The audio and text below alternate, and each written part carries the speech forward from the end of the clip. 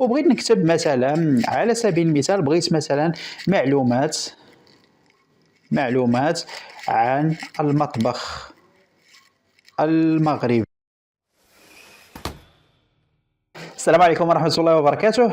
كي دايرين الخوت؟ لاباس عليكم؟ كلشي بخير؟ هانيين مهنين كلكم في امان الله.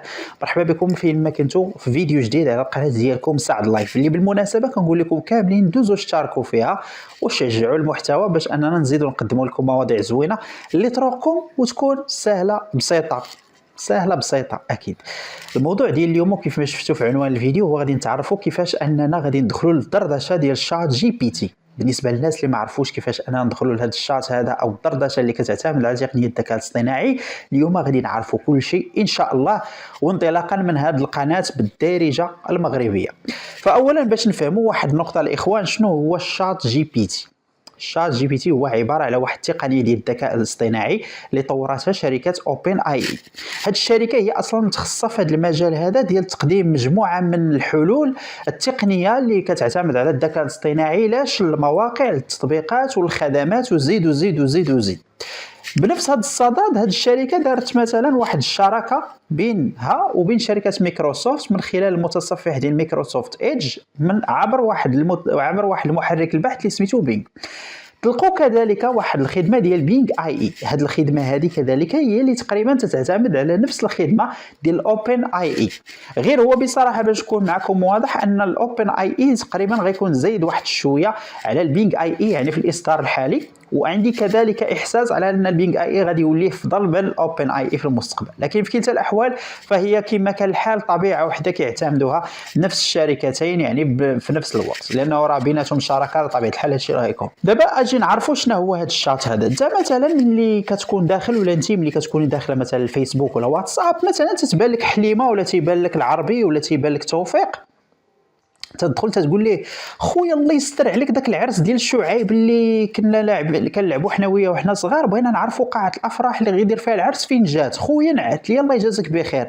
هو تيبقى يكتب لك غادي راه كاين هنا مثلا في حي القدس، او مثلا تيقول لك اودي كاين في المعاريف، او كاين مثلا في عين الدياب، او كاين مثلا في جيد دو مارس ولا تعطيك يعني معلومات اللي هي عندها واحد الديتاي، وانت كتحاول انك كما كان الحال استنادا للمعلومات اللي عطاك شفيق اللي نتوما غادي تمشيو نتا ويا العرس ديال الياس اللي ما عقلش على سميتو في الاول، غادي تمشيو نتوما على حسب دوك المعلومات بطريقتك الخاصه. بلاتي انا قال لي 2 مارس، اذا 2 مارس غادي ندوز لها من الطريق هنا وكذا وكذا وكذا، غندير الجي بي اس غنعرف قاعه الافراح فين جات.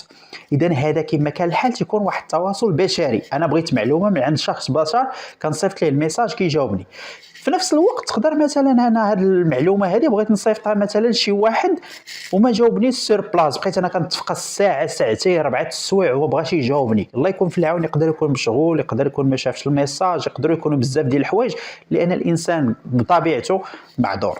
الشات جي بي تي ماشي بحال الشات ديال الانسان البشري. الشات جي بي تي هو انا مثلا انا كنصيفط واحد الميساج مثلا بغيت نعرف قاعه الافراح اللي غادي يدير فيها ولد جارنا ولا ولد خالنا العرس فين جات، غادي يبقى يقول لك التفاصيل ديال التفاصيل. ها انت دابا انت كتقطن على سبيل المثال في المنطقه الفلانيه، فانت كتبعد على هذه القاعه كذا كذا بالمتروات، يمكن لك انا كتعتمد على مثلا جوجل ماب ولا تعتمد على مثلا عدد من التطبيقات مثلا اللي هي كتعطيك الجي بي اس، يمكن انك مثلا دير الوضعيه كذا واللباس والهندام اللي غتلبس وكذا والطاقيه وزيد، غادي يدخل معاك في التفاصيل ديال التفاصيل. يعني هذا هو الشات عن طريق الذكاء الاصطناعي، اي انه انا كنعطيه طلب ولا تعطيه سؤال وهو تعطيني الجواب على حساب الميول ديالي وعلى حساب العقليه ديالي من الدرجه الاولى، وداك الجواب اللي غيعطيني انا ماشي هو نفس الجواب اللي غادي يعطي الياس صاحبي لا حتى هو شاطه معاه. يعني كما كان الحال في هذه الخدمه هذه هي الشات جي بي تي. هذا هو الشات عن طريق الذكاء الاصطناعي. اولا باش نعرفوا تقنيه عن قرب او تقنيه عن كثب، شركة مايكروسوفت ملي طرحتها أول مرة لقات واحد الإقبال كبير على مستوى الاستخدام، والناس اللي كانوا تيدخلوا أنهم يستخدموا هاد الدردشة هذه لاحظوا على أنه هاد الدردشة ما بقاتش هي دردشة آلية، ولات كتدخل معاهم شي تفاصيل لدرجة أنها بدات كتستخدم العواطف ديالهم الشخصية، والناس بداو كما كان الحال كيتفاعلوا معاه بواحد الدرجة اللي ماشي هي آلة. مايكروسوفت ما بغاتش توصلها لهاد الأمر هذا، والضرات انها تعلم الناس انه هذه راه مجرد آلة، ما خصناش نعتبروها عنصر بشري. يعني راه الا مشينا تتخلطوا لنا العواطف راه غنوليو في المشاكل. خليو هذه المساله هذه تبقى محيطه في تقديم المساعده وعدد من الامور. الاوبن اي خرجت واحد الاصدار جديد اللي هو الجي بي تي او شات جي بي تي الاصدار الرابع. كان الاصدار الثالث ولا دابا الاصدار الرابع. الاصدار الرابع كيتفوق على الاصدار الثالث بانه كيتوفر على قاعده بيانات كبيره فيها تقريبا 100 مليار معلومه. يا الاخوان 100 مليار معلومه، حنا ما حسب اش من 100 مليار 100 تريليون اخوان، 100 تريليون معلومه. شوف دابا باش تقرا شحال من الزيرو من 100 تريليون راه ما ساهلاش الاخوان. بالمقابل الاصدارات العاديه ولا القديمه فيها تقريبا 170 يمكن مليار معلومه كيف ما تيبان لكم في هذه الصوره. اذا هذا هو الفرق بين الاصدار الجديد والقديم. الفرق الثاني بين الاصدار ديال الجي بي تي 4 و3 هو ان الجي بي تي 4 كيعتمد لك على تحليل الصوره، الموضع ديالها. انا جبت الصوره مثلا غيحللها لي من ا حتى زد. الصوره فيها الدقيق، فيها القمح، فيها الزيت، فيها السكر، فيها هذا، وانا ما عرفتش نخلط كيكه. غادي نقول الله يجزيك بخير هاد المكونات عندي، بغيت نعرف كيفاش ندير كيكه. غادي يشرح لك البيض، انت الكميه ديال البيض ديالك والدقيق وهذا الشيء غادي يكفي لثلاثه ديال الاشخاص، والكيكه غدير لها هكا وزيد. هادو غير مجرد معلومات، يعني الانسان خصو يكون عارف هذه التفاصيل هذه. الحاجه الثانيه اللي مهمه هي انه تعطيك الاجابات اكثر دقه، يعني تعطيها لك بشكل صحيح 100% وتيبسط عليك بشكل اللي هو كبير مقارنه مع الاصدار السابقه. الحاجه الثالثه هو انه العدد ديال الكلمات كيوصل ل 25000 كلمه مقابل 1000 كلمه للاصدارات السابقه. وكاينين شي امور اخرى بصراحه، بحال الا بغيتي تكتب سيناريو ولا بغيتي تكتب قصه ولا مزيكا ولا بغيتي مثلا دير اي ابداع كيف ما كان، نص مقاله، بغيتي منهجيه، هذا تعطيها لك كيما حطيتيها ليه انت كفكره وما كيعطيهاش لواحد اخر. يعني هذا الشاط هذا هو تيخاطبك انت على حساب انت كيفاش كتهضر. حيت باش نكونوا واضحين في الحياه كاينه واحد الحاجه سميتها انه هضرتك انت وطريقتك ماشي هي نفس الطريقه ديالي. داكشي علاش تلقى على انه في بعض الاحيان الواحد ملي تيحط فكره، هي فكره راه تقدر تكون كما كان الحال عاديه ونفس الفكره ديال هذا، ولكن الطريقه باش فهمها هذا ماشي هي نفس الفكره اللي طرحها هذا، وهنا تيوقع واحد النشاب وتيوقع واحد المشكل. هذا لا، هذا تحط ليه الفكره تيفهمك سير بلاص، تيفهم انت اشنو قصدتي ليه. هذاك الشيء اللي كاين الاخوان. وباش نجربوا هذه التقنيه ديال الشات بوت غادي نديروها كتجربه على التليفون باش اننا يعني نعرفوا كيفاش نخدموها، كيفاش اننا مثلا نديروا شي طلب ديال شي موضوع. مثلا على سبيل المثال بغيت نعرف قصه شي واحد، شي فيلم ولا شي مسلسل، بغيت نعرف القصه ديال هذا كذا كيفاش بدات ولا، وتعطيك داك الشيء بالديتاي وتتقرا وكتستخدمها احسن كاع من ويكيبيديا، لانه هذا تعتمد على بزاف ديال المصادر اللي في الانترنت، وهذوك المصادر هو تيجمعها على حساب الميول والطلب ديال كل شخص. باش ما نطولش عليكم الاخوان غادي ندوزو مباشره للشرح ديال هذه التقنيه هذه كيفاش غادي نخدموها.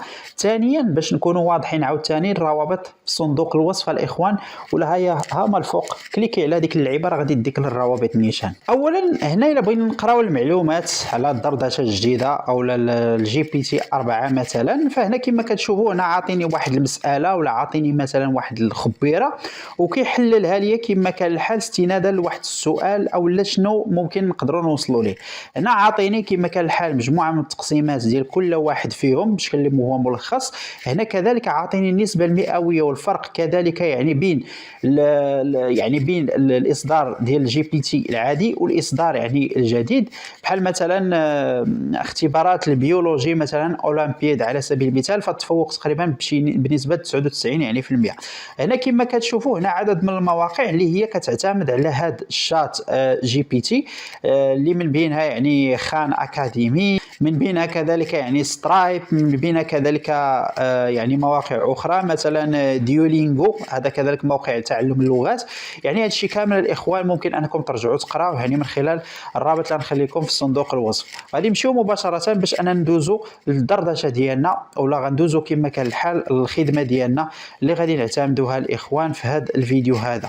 وغادي ندخلوا مباشره وندخلوا لهذا الخيار ديال شات جي بي تي بلاس، وغادي نتسناو واحد شويه. وهنا الاخوان تيطلب منا تسجيل الدخول ولا تسجيل حساب. شوف الا عندك جيميل دير مباشره يعني سين اب هكا، وغادي نحاول انني نضغط على الخيار الخاص يعني بجوجل، وهنا غادي نختار البريد الالكتروني اللي بغيت ندخل به. انا ديجا يعني فايت دخلت بهذا البريد الالكتروني، غنعاود ندخل به بهذا الحساب هذا مباشره. فهو راه ما كيطلب منك الا انك تقرا بعض الخطوات الا بغيتي باللغه الانجليزيه على سبيل المثال. وغادي تلاحظوا معايا هنا الاخوان على انه كاين بزاف ديال الحوايج وبزاف ديال الامور اللي عطيها لك هنا في الجهه ديال اليسار.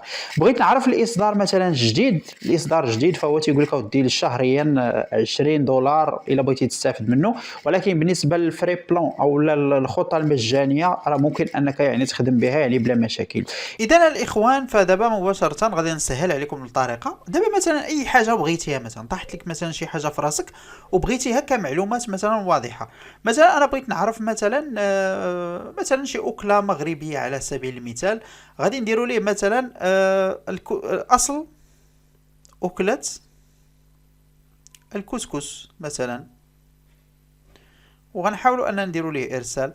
الكسكس هي وجبة شعبية في المطبخ الشمال الافريقي والمغربي، وهي تتألف من الحبوب من القمح.